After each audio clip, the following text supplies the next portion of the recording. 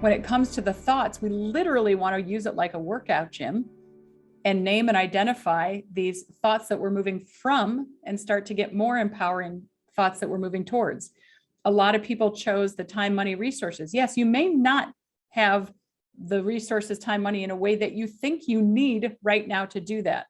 But does that mean that you can't have what you want? It absolutely doesn't. And it doesn't mean you can't start moving towards it today. So even rephrasing that statement for you, that limiting thought to a more empowering thought, can give you fuel. And we're going to talk about the engine of our vision a little bit later. So I might say, well, I don't yet see how I have the resources or time or money, but I know it's possible. And I'm open to discovering more and more ways that can happen. This was a really big learning for me in my career here at the foundation. When I first started working here, I'd come from corporate backgrounds, and there were certain ways I did things and certain ways one should do things that I, had learned quite in depth. And I was kind of in that can't teach an old dog new tricks, because I just thought my way was the way. But working here, I was surrounded by people who didn't think the way I did. In fact, they did these wild, outrageous things. My CEO, if somebody would tell him that something was impossible, he got all excited. He's like, great, because then he'd go figure out how to make it happen, which I was quite actually intimidated by, annoyed at, and frustrated with, because he'd often be telling me to do things that were outrageous.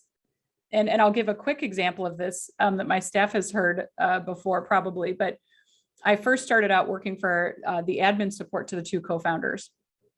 And my CEO was out of the country, and he said to me, I need you to get the car fixed. I have a company car. I said, okay. And he said, I need you to get that fixed before I get back. Okay, no problem. Do the logistics, da-da-da. And by the way, just a little flash into me, I'm pretty full of myself, because I was this director at a very important company with teams under me. And now I'm an admin to two people. So I think, oh, this is all beneath me anyway. So I've already got some cha-cha going on. So, but he tells me to get, his car fixed, et cetera. He's out of the country.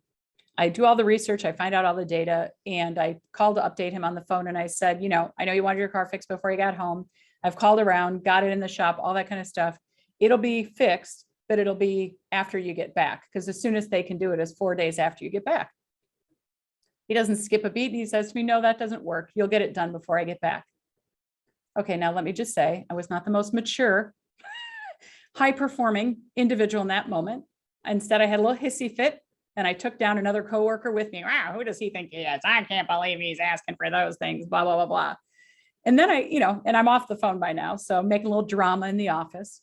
And then I started thinking about this, and I thought, dang, he's serious. Like, this guy's not kidding about this. He expects this. And so I thought, shoot, what am I going to do? Well, guess what? Then my brain started working. I thought, all right, he expects it to get done. What are all the alternative ways this thing could get done? They told me no at the shop. Well, I can call them back and tell them it's not an option and see if they have ideas.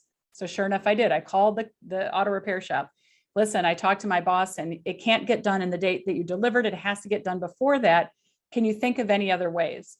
And as I'm on the phone with this guy, all of a sudden, I swear my brain starts kicking in. And he says, well, no, we can't, because that part has to ship from there. And I said, well, can I pay to expedite that part? Because he didn't tell me that money was an issue. It was time for him. Can I pay to expedite that ship? No, because it gets in here, and this is how it goes. Is there a used part somewhere? The guy says to me straight, oh, I hadn't thought about that. Let me go see. You might be right. There might be a used part that's already in stock somewhere. Let me see if I can get that done. So all of a sudden, this impossibility became possible, right? Where I had this limitation. It can't be done. The experts told me it can't be done. I have it in. We've explored the alternatives. There's no way. To hit to the punchline, not only did his car get done before he got back, it got done 4 days in advance of him returning. This was one of those really big turning points in my life about realizing, wow, when I think I'm limited in time, resources, money, et cetera, I'll bet that I haven't explored every possibility there is. And it started me on a path of one of the phrases that we use called workability. So, when something happens, you don't say it's possible or it's not. You say, I wonder how it could be done. And you don't even have to try to figure it out on yourself. You talk to everybody about it.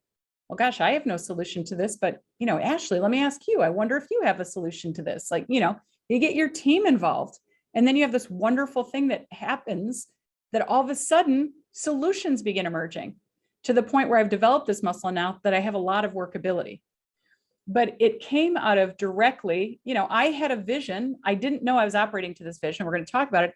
I had a vision that I wanted to be someone who could deliver no matter what was asked. I wanted to be that high performer. I actually hadn't been in my corporate career. I was highly, had a lot of accolades. People loved me. I got raises and promotions beyond what I asked for, but I was not a high performer.